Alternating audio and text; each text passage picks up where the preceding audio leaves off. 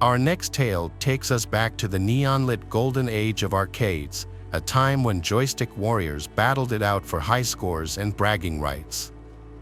In the bustling heart of the city, nestled between a dingy pizzeria and a flickering neon sign promising adult entertainment, stood the Pixel Palace, a haven for gamers seeking an escape from reality. Among the flashing lights and the cacophony of blips and bleeps stood a machine unlike any other, its faded paint and flickering screen whispering tales of a bygone era. This was Dark Carnival, a game shrouded in mystery and whispered rumors, said to be haunted by the spirit of a former player. The legend went that a young man named Ben, a regular at the Pixel Palace, had become obsessed with Dark Carnival, spending every waking moment at the arcade, his fingers flying across the joystick, his eyes glued to the screen. He poured his allowance into the machine, determined to conquer its fiendishly difficult levels.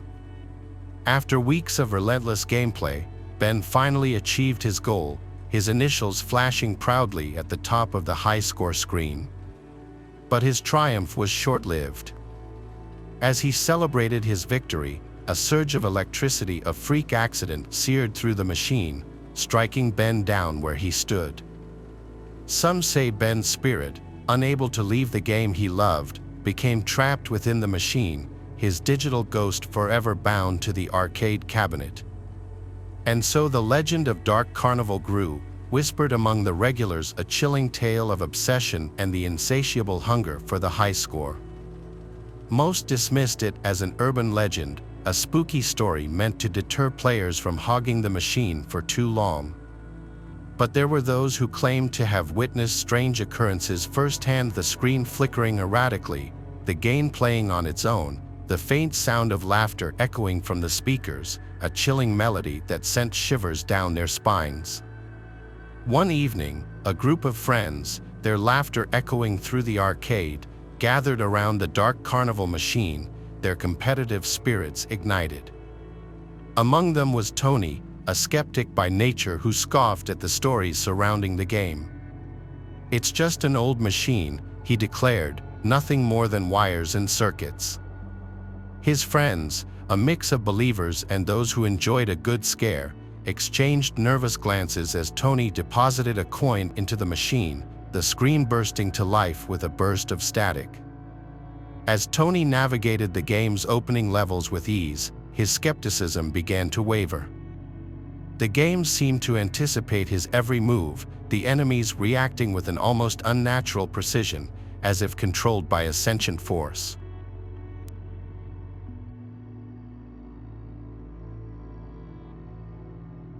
Tale takes us deep into the darkest corners of the internet, where whispers of a cursed game spread like wildfire through online forums and chat rooms.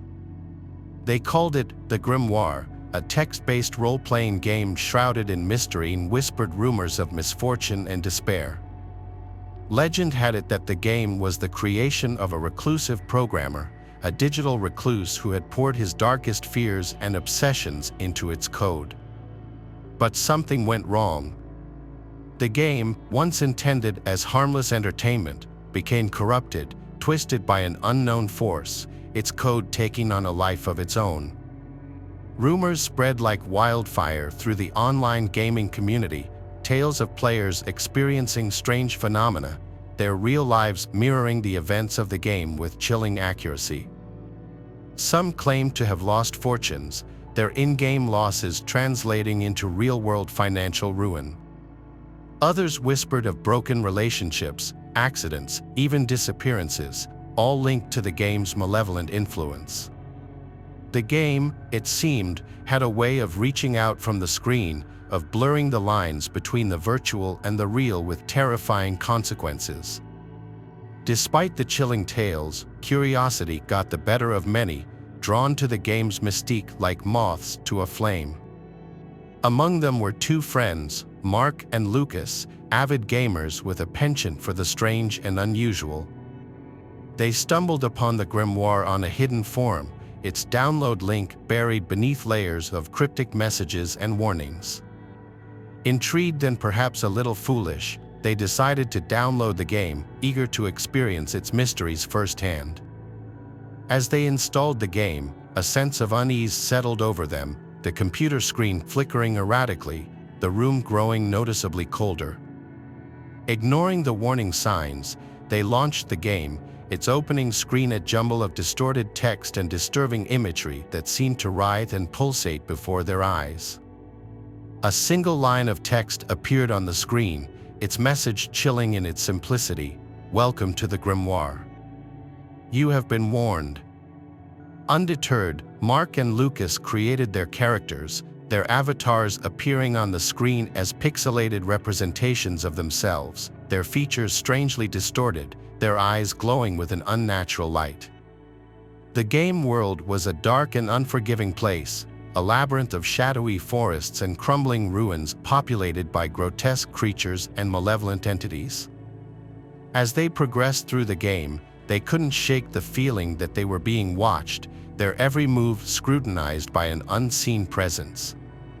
Strange things began to happen.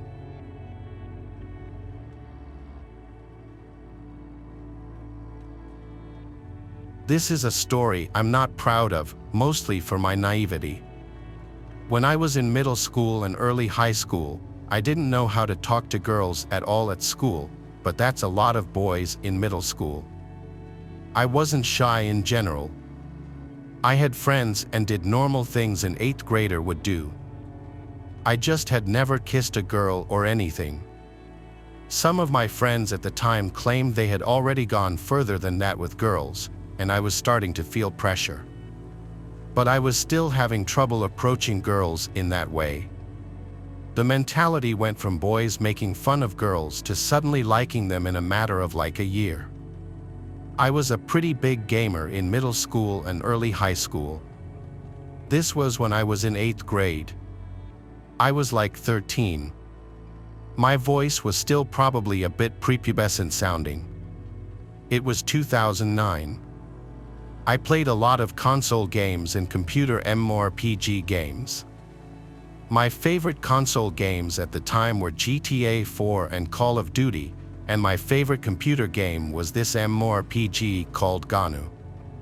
It was this online game where you would level up by killing monsters, and the more you leveled up, the higher level monsters and hunting grounds you'd be able to tackle. The online community in this game was very active, and there were tons of players. My older brother used to play it a little bit too. I played it more for sure though. I was in a guild and town and everything. I don't remember how it happened, but I befriended this female player who was a higher level than me. Her username was Pokimane. Anytime I'd sign in and she was on, she'd message me and vice versa. We would join parties together, which meant we'd share EXP on whatever monsters we killed, and we just chatted for hours. She knew a lot about me, including my age and my town, and some personal family details she would open up to me too. Eventually, she told me her name was Karina. It was weird feeling such a connection with a girl when really, I knew nothing about her appearance or her voice. It truly was like having a pen pal, but better. It was interesting enough that we both lived in Texas state. She lived about an hour from me. After a few weeks, or maybe even a month, we started talking about maybe meeting one day. To do this, though, we'd have to exchange numbers. At the time, I didn't actually have a cell phone yet. I only had an iPod Touch. However, I was able to download a texting app that allowed me to send messages to people with cell phones. Through this app, I was able to send her a picture of myself. It was definitely this cringy 8th grade boy selfie of me trying to look good looking. She called me cute, and then she sent back a picture of herself. She looked a couple of years older than me, like 15, which was the age she told me she was. Based on the picture, I found her very attractive. This was around the time our messages became more flirtatious and romantic. But we were both minors, so neither of us could just drive an hour away. However, she apparently had a solution for this. She told me her sister had friends that lived around me, and she could probably get a ride to me. This was exciting news for my little 13-year-old self. I wanted to wait for a day and night when my parents wouldn't be home, so I'd have the house to myself. This was about a week later, I believe. My parents were going to the Hamptons for the whole weekend, so it would just be my brother and me home. My brother was 18, so I asked him to please just go out for the night with friends so that I could be alone with Karina.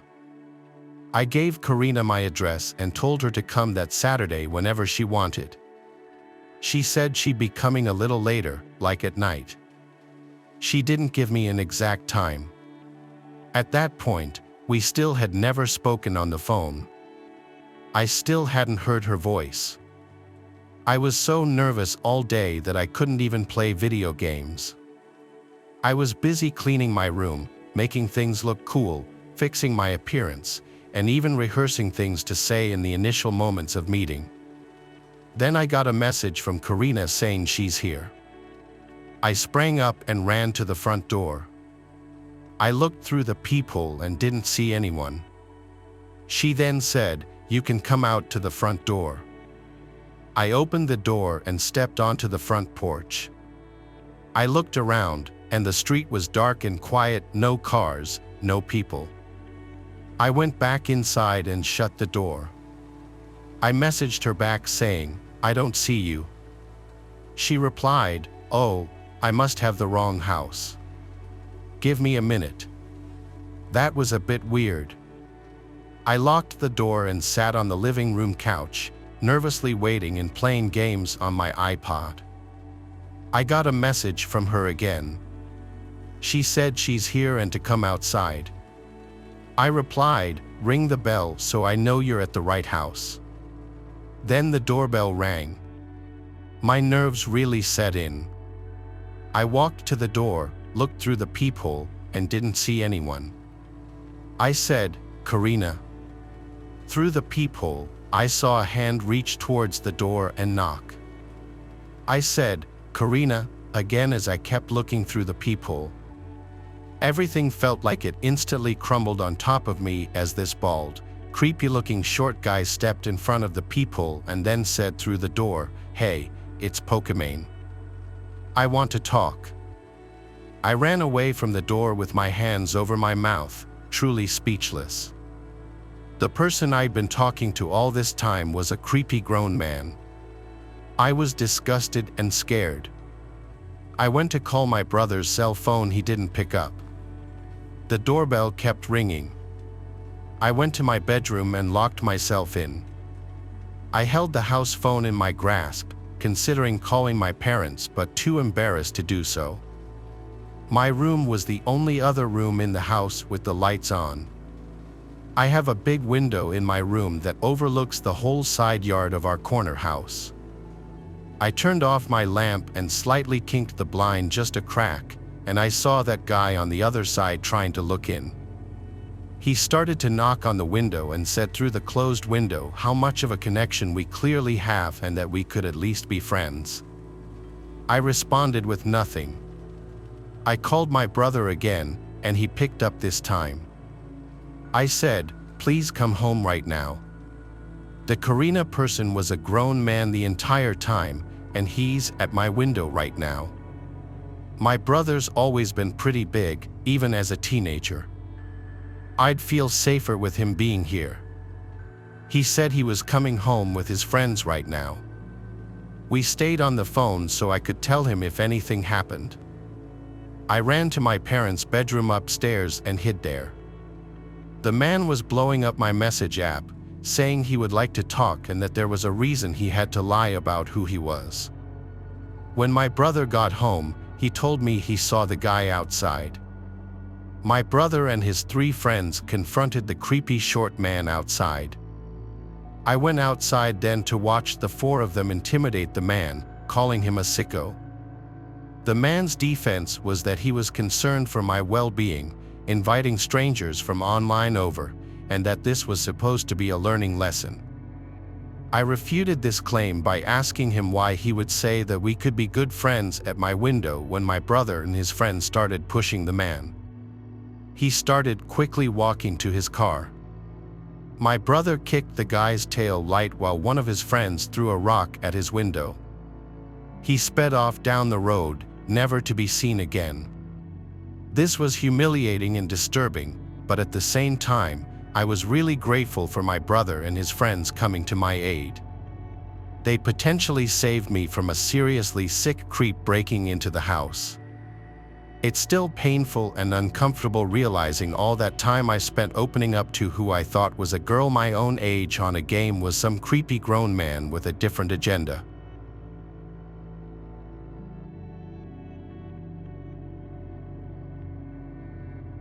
At night, I like to play video games as a hobby quite a bit. This is my scariest experience while doing so. I remember that I was playing online on some game with random people. I had a headset and would talk to them. Most of you know that in online gaming, people sometimes say some crazy stuff, but on this night, it seemed pretty tame. I remember towards the end, shortly before I would go to bed, I was starting to get tired. I was playing this one game with basically just one other person. It was a man, and we were talking about the game over our headsets. During the game, I remember he asked me some somewhat personal questions. I didn't think too much of it and figured that he was just making conversation. The things he asked me were what my name was, to which I only gave my first name, and where I was from. I only told him my state, and I'm pretty sure I asked him the same questions back, but I honestly don't remember his answers.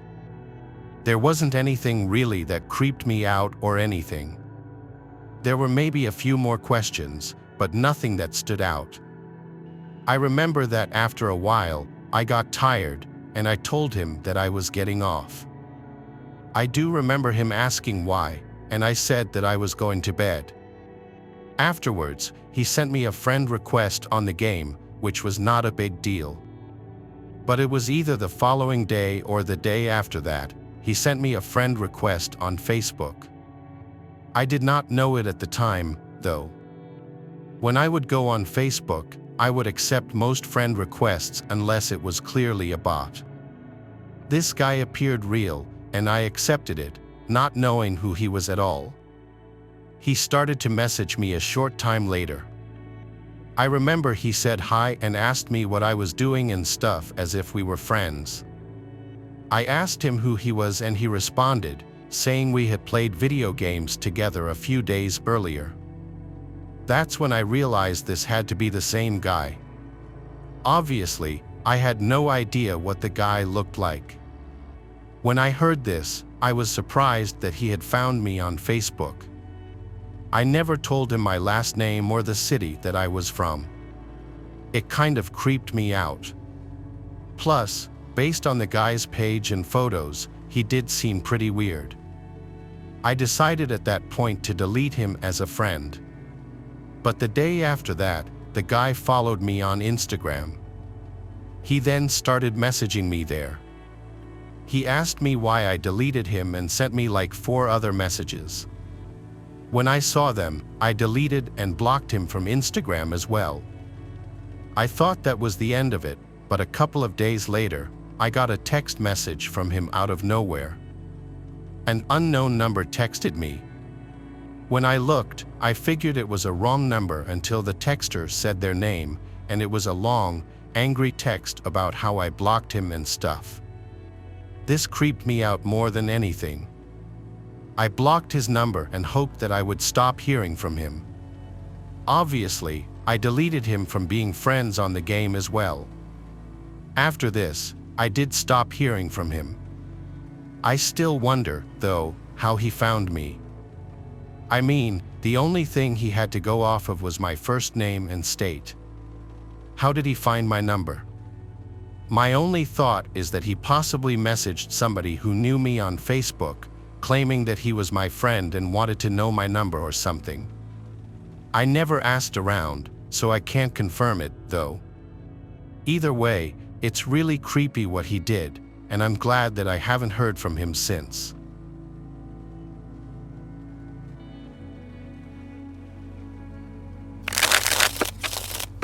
Thanks for watching the video. Subscribe to the channel and turn on notifications to watch the latest videos.